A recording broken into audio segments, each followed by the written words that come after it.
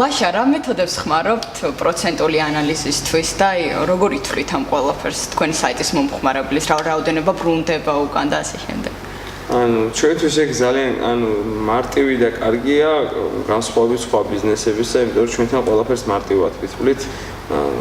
Google-ის წყალობით არსებობს ესეთი ძალიან კარგი ანალიტიკი, რომელიც შენდება, ასე ვთქვათ, placement-ი ხდება საიტზე და ნებისმიერ ლოკაციას, ადამიანებს, IP-ის მიხედვით და ასე შემდეგ ძალიან მარტივად ფილტრავთ და ვითვლით. უბრალოდ ერთადერთი პრობლემა არის ის, რომ ძალიან ბევრი მომხმარებელი განსაკუთრებით რაღაც ასაკის ზემოთ უბრალოდ ვეღარ ითვისებს ამ ახალ ინოვაციურ სისტემებს და ვერ რეგისტრირდება უბრალოდ საიტზე და ჩვენს მიუხედავად იმისა, რომ ტუტორიალები გვაქვს ჩაწერილი, მიუხედავად იმისა, რომ ტელეფონითაც უხსნით, ონლაინ ჩატშიც უხსნით, ვერ ახერხებენ რეგისტრაციას და ონლაინ შესყიდვებს.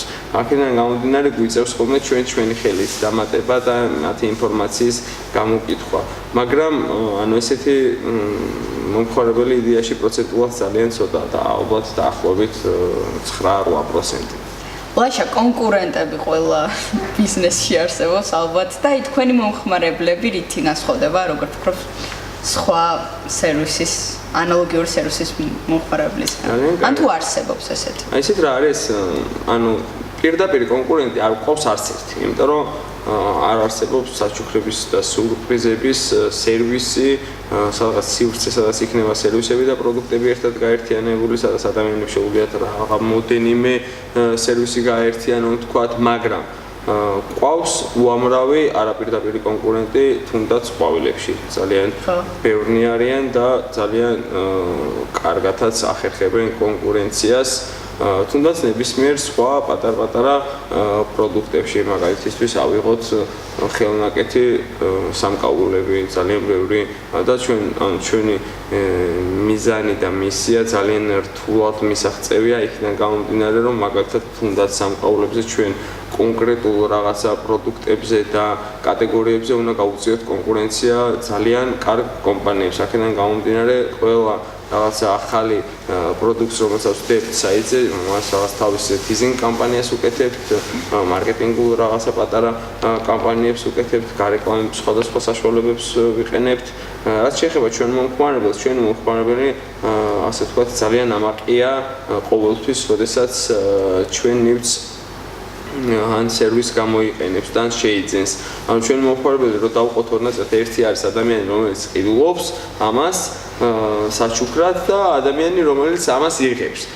ისიც შეგვიძლია ჩავთვალოთ ჩვენ მომხმარებლად, იქიდან გამომდინარე, რომ მას აჩუქეს ემოციის ყვავილი, თუნდაც.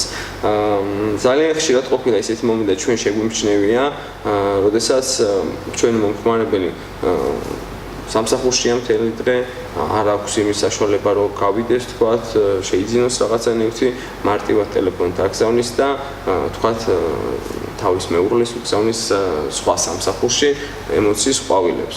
ამ დროს ორივე ძალიან ბედნიერი და ამაყია. ერთი ის, რომ ძალიან მარტივად მოაგვარა ყველაფერი და მეორე თვითონ მიმღები, ასე ვთქვათ, ადრესატი, რომელსაც სახალხოდ გადასცეს ძალიან ლამაზი საჩუქარი. გარდა ამისა, ჩვენ ფიქრობ, რომ გამოგვივიდა ბრენდი, რომელიც ასოცირდება